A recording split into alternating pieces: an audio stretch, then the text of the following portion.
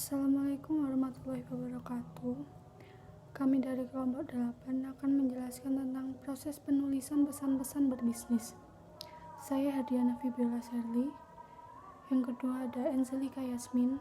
3 Dina Yuniar. Yang keempat Nur Aziza. Yang kelima Debbie Olivia. Yang keenam Erika Cahya. Yang ketujuh Eka Putri Wulansari.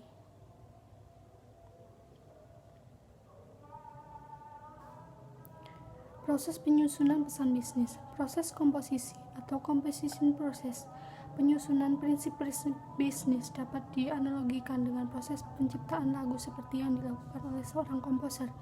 Penyusunan pesan-pesan bisnis meliputi 3 tahap, yaitu yang pertama, perencanaan. Daftar fase perencanaan atau planning phase dipikirkan hal-hal yang cukup mendasar, seperti maksud atau tujuan komunikasi, audiens yang akan menerima pesan, ide pokok atau main idea, pesan-pesan yang akan disampaikan, dan seluruh atau media yang akan digunakan menyampaikan pesan.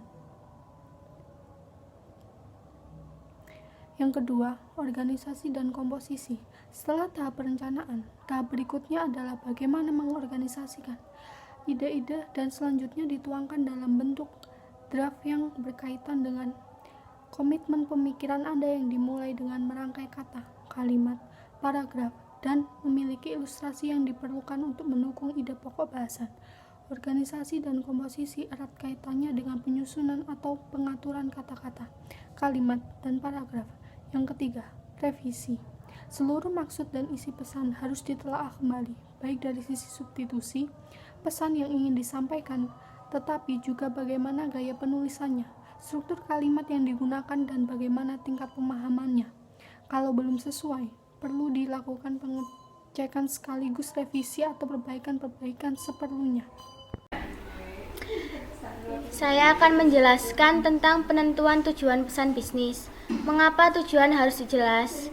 Tujuan yang jelas akan membantu mengarahkan Anda mencapai tujuan yang dikehendaki. Sebagaimana diketahui, setiap organisasi tentunya memiliki tujuan yang bermacam-macam. Di samping itu, dapat mengambil keputusan yang mencangkup antara lain keputusan untuk meneruskan pesan. Sebelum menyampaikan suatu pesan, tanyakan pada diri Anda sendiri, apakah pesan yang akan disampaikan benar-benar perlu atau tidak. Jika pesan-pesan yang akan disampaikan diduga mempunyai pengaruh yang sangat kecil kepada audiens. Kedua, keputusan untuk menanggapi audiens. Ketiga, keputusan untuk memusatkan isi pesan. Menetapkan tujuan yang jelas akan membantu memutuskan isi pesan. Komunikator seharusnya hanya memasukkan informasi yang penting, yang relevan dengan pencapaian tujuan yang telah ditetapkan. Yang keempat, keputusan yang akan menetapkan media yang akan digunakan. Penentuan saluran atau media yang akan digunakan untuk menyampaikan suatu pesan sangat bergantung pada tujuan yang dikehendaki. Saya akan menjelaskan tentang tujuan komunikasi bisnis. Secara umum, ada 3 tujuan komunikasi bisnis, yaitu A. Memberi informasi. Tujuan pertama dalam komunikasi bisnis adalah memberikan informasi yang berkaitan dengan dunia bisnis kepada pihak lain. B. Melakukan persuasi. Tujuan kedua komunikasi bisnis adalah melakukan persuasi kepada pihak lain agar apapun yang disampaikan dapat dipahami dengan baik dan benar. C. Melakukan kolaborasi. Tujuan ketiga dalam komunikasi bisnis adalah melakukan kolaborasi atau kerjasama bisnis antara seseorang dengan orang lain. Melalui jalinan komunikasi bisnis tersebut, seseorang dapat melakukan kerjasama bisnis baik dengan perusahaan domestik maupun perusahaan asing. Selanjutnya yaitu cara menguji tujuan. Untuk menguji apakah tujuan yang telah ditetapkan sudah baik apa belum, perlu dilakukan pengujian dengan 4 pertanyaan. Pertama, apakah tujuan tersebut realistis? Tujuan yang akan disampaikan hendaknya harus realistis, dalam arti bahwa ide-ide atau gagasan yang hendak disampaikan dapat disesuaikan dengan kemampuan yang ada. Kedua, apakah waktu yang tepat? Dalam menyampaikan suatu ide atau gagasan, hendaknya dipertimbangkan masalah ketepatan waktu sebelumnya. Yang ketiga, apakah orang yang mengirim pesan sudah tepat? Pesan atau ide yang disampaikan oleh seseorang yang memiliki kedudukan atau jabatan tinggi cenderung lebih dapat diterima daripada bila disampaikan oleh orang yang kedudukannya rendah. Yang keempat, apakah tujuan selera dengan tujuan organisasi perusahaan? Tujuan penyampaian suatu pesan hendaknya mengacu pada tujuan organisasi secara keseluruhan. Oleh karena itu, apabila ingin menyampaikan pesan-pesan bisnis kepada audiens, usahakan agar pesan tersebut sesuai dengan kebijakan organisasi.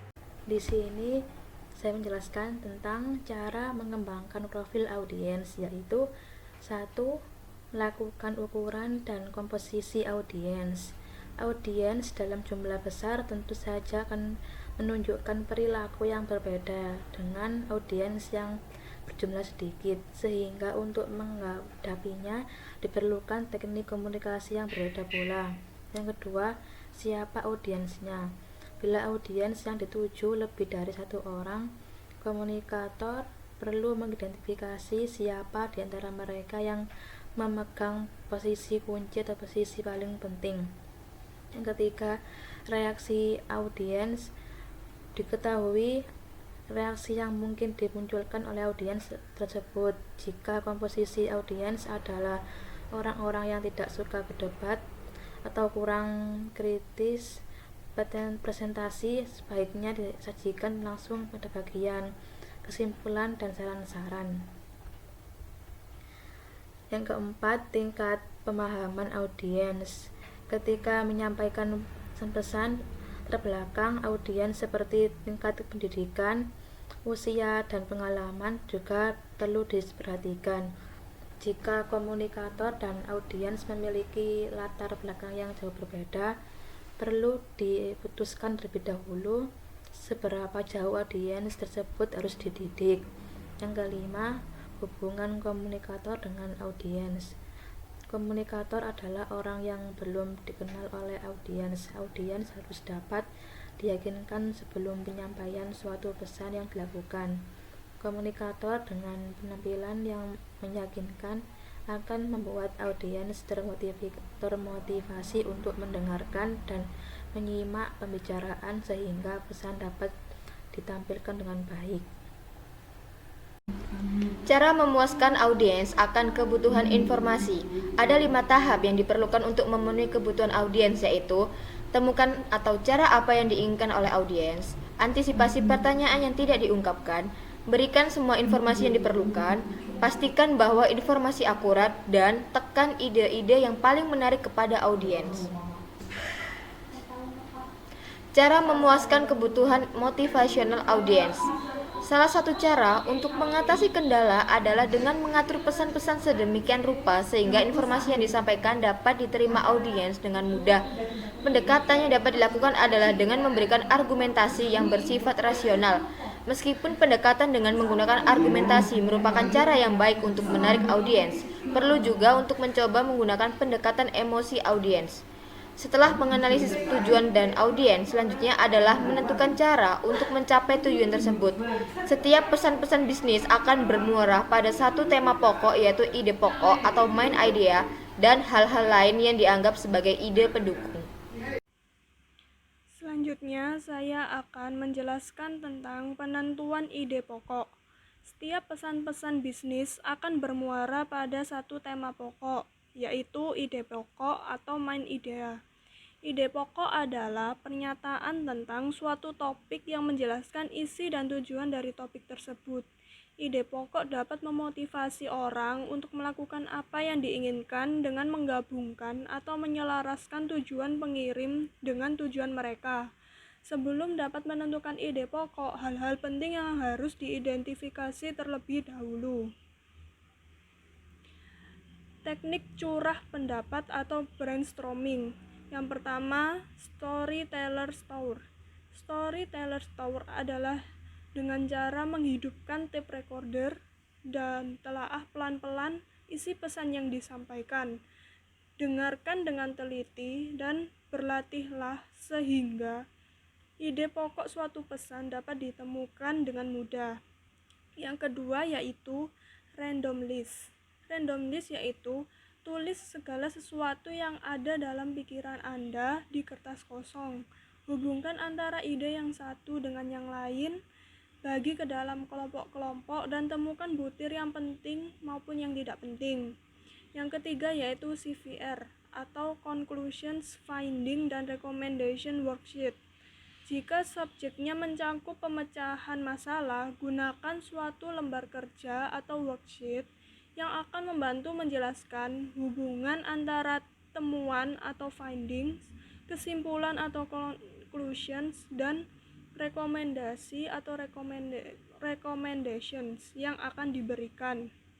Yang keempat, yaitu journalistic approach, yaitu pendekatan ini memberikan butir yang baik sebagai langkah awal menentukan ide pokok, jawaban terhadap pertanyaan, yaitu contohnya apa, bagaimana, kapan, di mana, yang akan menjelaskan ide pokok presentasi. Dan yang terakhir yaitu questions and answer time. Pendekatan yang paling baik adalah melihat dari sisi perspektif audiens. Apa pertanyaan pokok audiens, apa yang diinginkan audiens, lalu kita memeriksa jawaban atas pertanyaan tersebut. Pembatasan cakupan. Secara umum, penyajian informasi rutin kepada audiens yang telah Anda kenal hendaknya menggunakan kata-kata yang singkat. Ini dapat membangkitkan rasa hormat atau respect audiens kepada komunikator. Sedangkan penyampaian pesan yang kompleks dan kontroversial akan memakan waktu yang lama. Yang lebih penting adalah ide-ide pokok yang disampaikan haruslah mudah dimengerti dan diterima oleh audiens. Seleksi saluran dan media.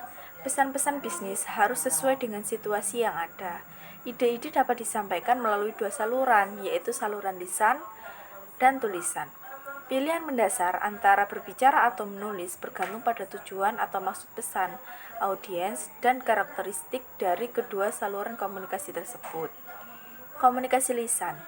Salah satu kelebihan dari komunikasi lisan adalah kemampuannya memberikan umpan balik atau feedback dengan segera.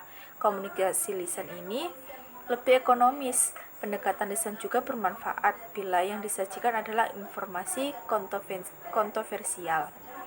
Karena reaksi audiens dapat terbaca dari bahasa isyarat mereka, sehingga komunikator dapat menyesuaikan pesan-pesan yang disampaikan.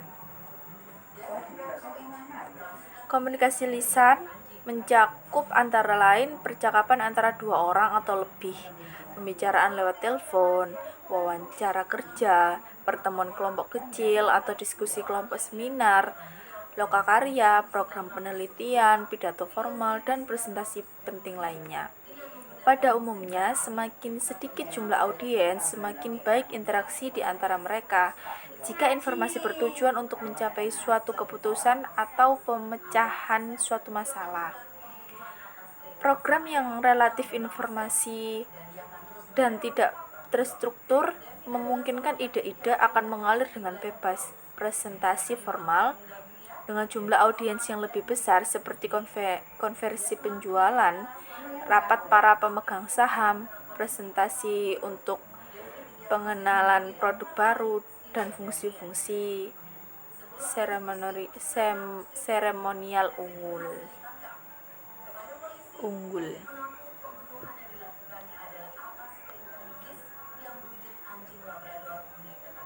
Yang kedua yaitu komunikasi tertulis.